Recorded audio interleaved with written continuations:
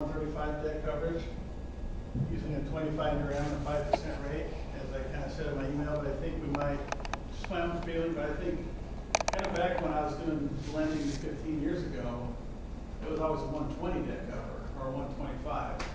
And when rates got really low, we kind of bumped it to a 130 or 135. So my feeling is we're probably going to relax that metric a little bit to kind of make it a little, kind of adjust it with the rates. So anyway, let's see, I printed out, this is a package I got a few months ago. And I think I told y'all, we're kind of looking at, I'm close to being in this deal up on 6200 South and 30th East with Richard Beckstrand. So I don't think this one's, we're going to be competitive on the financing for this, because this is a package that's currently in the market seeking financing. And this is a really nice, really well put together package. Cottonwood Capital Partners. They used to office over there in the Cottonwood Corporate Center where Mrs. Fields and Fusion IO are.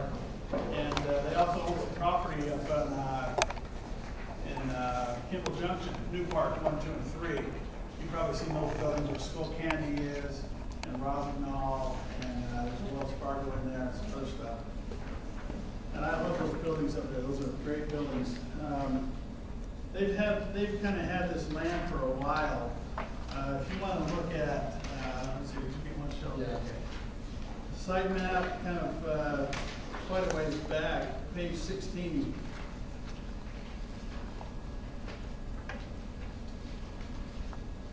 I didn't sign a confidentiality agreement or anything with this, so it's kind of, I'm sure it's kind of, a lot of people have this. I don't have any qualms about you guys looking at it.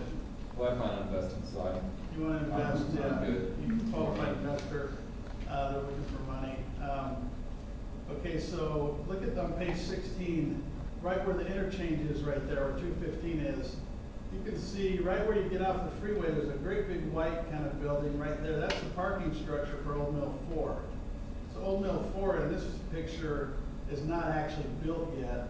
And right to the left, diagonal left of that big parking structure, the big white thing you can see closest to I-215, that's Old Mill 2. So we're trying to finance both of those right now. They're both 100% occupied, 100% leased. The canvas that we use here, the company that builds that canvas in structure occupies 54% of Old Mill 4. Josh Coates was the founder of Instructure, who was also the founder of Mosey.com. They sold a year ago for 70 million bucks. So he's really smart. But anyway, this building. So if you get off the freeway, you kind of go go south. You kind of come to a stoplight, and then you kind of wind your way back a little bit to the left there. You can see all those buildings right there. That's that Cottonwood corporate area. The subject property has got this Cornerstone 1 and 2 described. It's right now there's Blue Cross and Blue Shield are right adjacent, and then that's it's a huge vacant field. It's like a soccer field. They just barely put a fence around it. So John West is dad. John F. West is the son. Brian Gochner, one of the Gochner brothers works there. Jeff Gochner. I got this package. I kind of thumbed through it really quickly. What kind of caught my eye as I was flipping through it was the picture. I thought that if you see these in color, the renderings are beautiful. It's going to be just an awesome building, I think. But on page 4, there's a table there that kind of tells the whole story to me. That table on page 4, so 268,000 square feet, that kind of tells me those are some huge buildings. He's using a net rent of 32 bucks a foot, comes up with his total revenue. 7% vacancy, I think that's legitimate. That's kind of a good market vacancy. Reimbursable expenses of 8 bucks a foot. He goes down there, he's got a cap rate of 7%. That's probably a little bit low. I mean, I think cap rates are probably closer to 7.25 to 7.5. But that's the best market. That's the best submarket in the state. It's just really tight. Vacancy right there is 5 to 6%. So he kind of comes up with his LTV here. He's looking for a $50 million loan. If you look a couple lines below that, it says initial loan value 61%, then a loan amount after earnout, $58 million. So sometimes what we do is we have an earnout in our loan structure, which means as you lease up your building, more value is generated, more revenue is generated. Our ratios will stay the same, our debt coverage will stay the same. So we'll be willing to give you more equity. We'll be willing to increase our loan amount and refund back to you some of your cash, as long as our measurements stay the same. The LTV does go up a little bit, but the debt coverage would stay close to the same.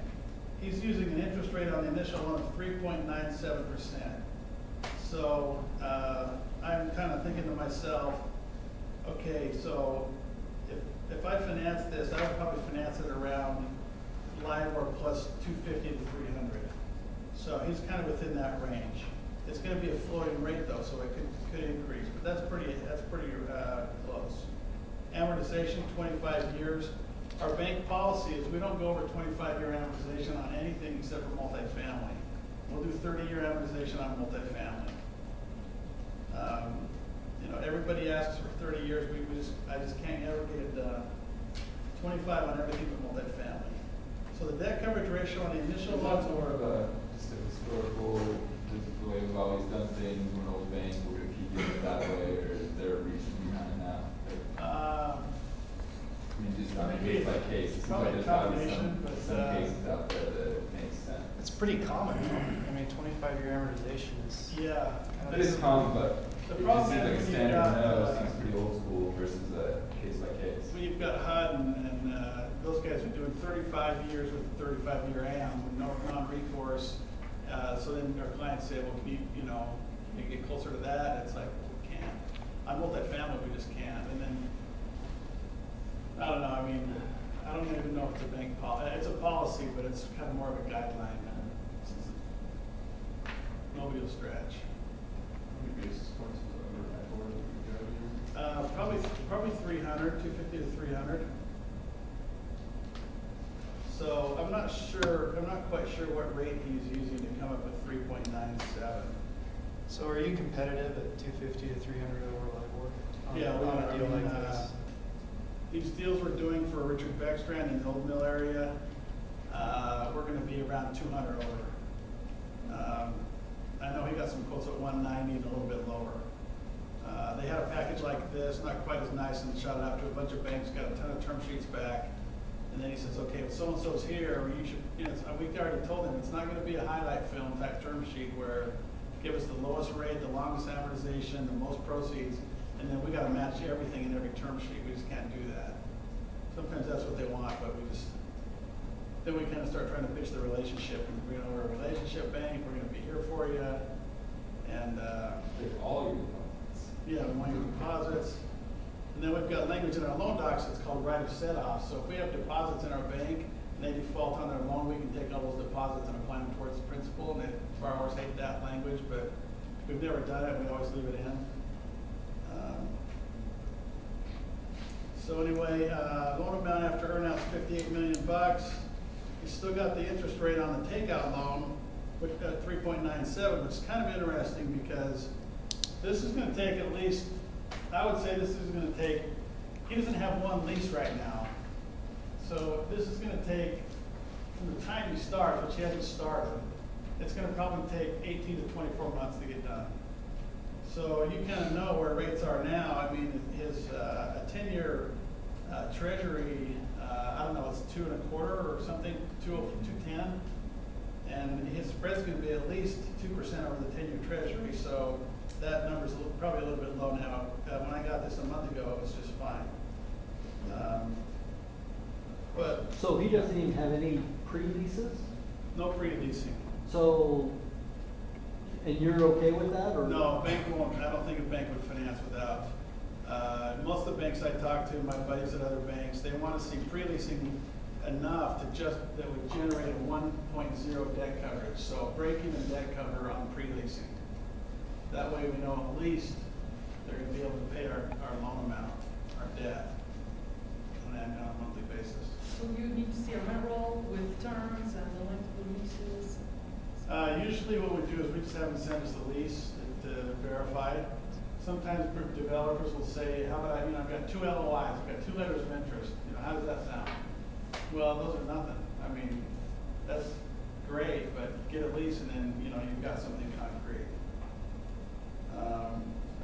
So let's see. I think that's, for me, what I kind of went through quickly was the lease rate. That's a little bit high on the lease rate, but he might get the highest rates. He might get the highest rates in the market. 32-foot net.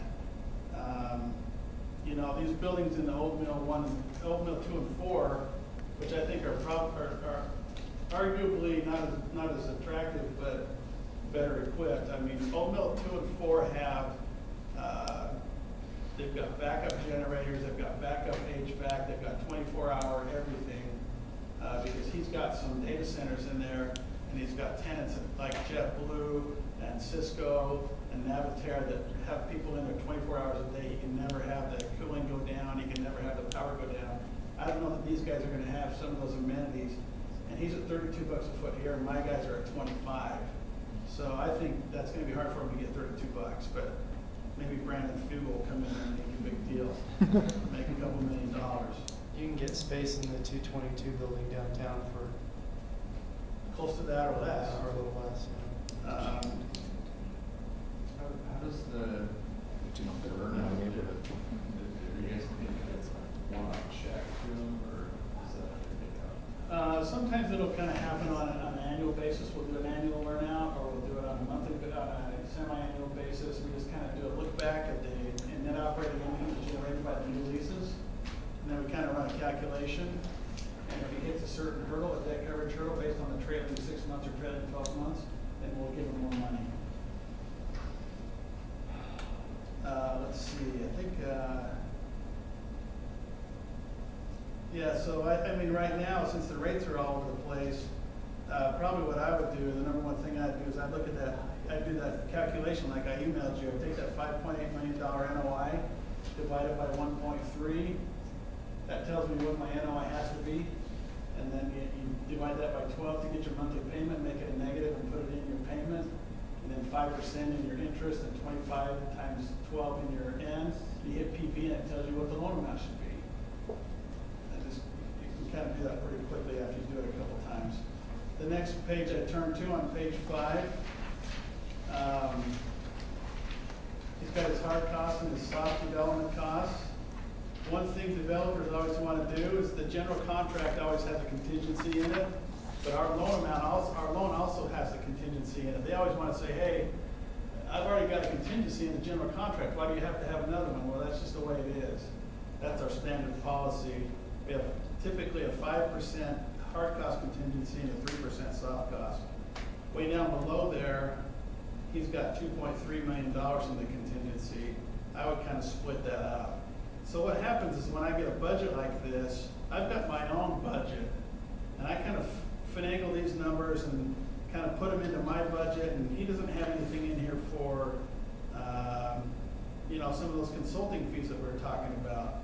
He's got impact fees and permits, and then he's got other 6-inch EXP 3/4, which I don't know what that is.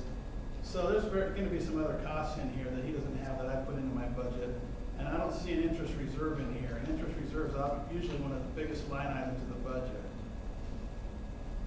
And what we do to calculate the interest reserve is we come up with the loan amount, we figure out how long the term's going to be, and then we take half of that loan amount, assume 50% outstanding on the loan, the amount of however long the term's going to be, and then multiply that by our interest rate. We always have way too much interest reserve. We always do. And what happens with developers is, I've got this huge interest reserve, and they're paying for that because they paid a fee on it. And we also have this language in our loan documents that says as soon as you start generating cash flow on that project, we're gonna sweep all that cash flow and you apply that towards your interest, and whatever you need after that, we'll pull some money from the interest reserve. And developers hate that. They want to completely deplete the interest reserve and then start paying out of their own pocket. They don't want to leave the interest reserve with any money in it. Is there regulation on that, like escrow accounts for residential? Pardon me? Is there like regulation on that, like escrow accounts for residential homes? I'm not sure. Escrow Yeah, we accounts. set up, we just set up a escrow account, like a capture. And we have them give us monthly operating statements and rent rolls. So we know when we're generating cash flow. So with this, are they sending messages that they don't like people? No, he just may not have, I mean, this is fine. I'm sure we'd come to an agreement here. His development fee is another one that I'm looking at. I can't tell what percentage that is of his proposed loan amount, but typically that should only be, or the total cost, it should be 4%. He's got it on a per square foot basis here, and we'll look at some of these on a development basis, or on a percentage basis. I'm sorry, Peter, ask me that question again. Oh, I just thought, are they sending a message for the fun games playing? Oh, no, he's not. I don't think he's sending a message. And most likely some of these numbers he's got, some of them he's got too much money in them. Some of them he may not have enough. And so by the time we kind of messed everything, kind of finagled with everything, we usually come to about the same amount. So, I mean, this is a great package for me if I'm trying to put together a pre-flight like I showed you last week. The address, how many parking spaces. Everybody is always concerned about parking. He's got 832 structured parking spaces, which is 4 per 1,000, which is great. And then the business description. The other concern I would have here is who are your partners going to be and who's going to guarantee this loan. He's asking for 50 to 60 million bucks. I flipped through here towards the back.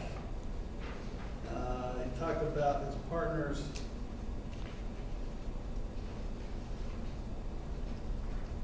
He's got a lot of market information in here. Those renderings on page 18. I mean, that's going to be a beautiful project when it gets done. Let's see, maybe his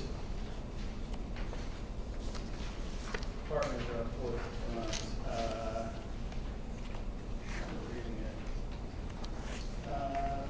He's talking about Big D is going to be the general contractor under the development plan on page 1, the bottom end of page 1, which is great.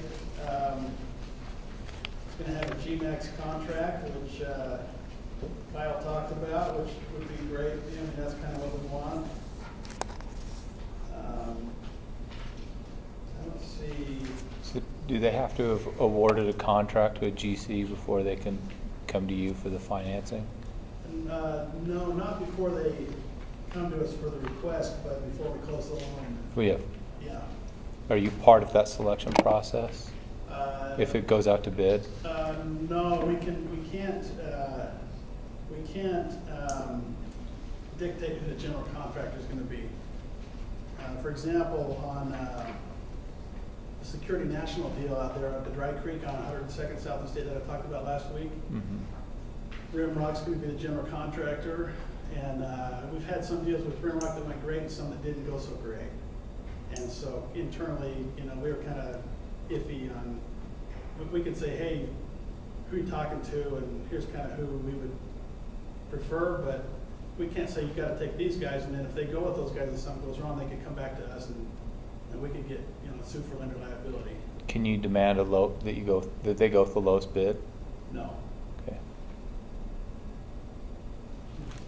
Anyway, the partners on this. Oh, go ahead.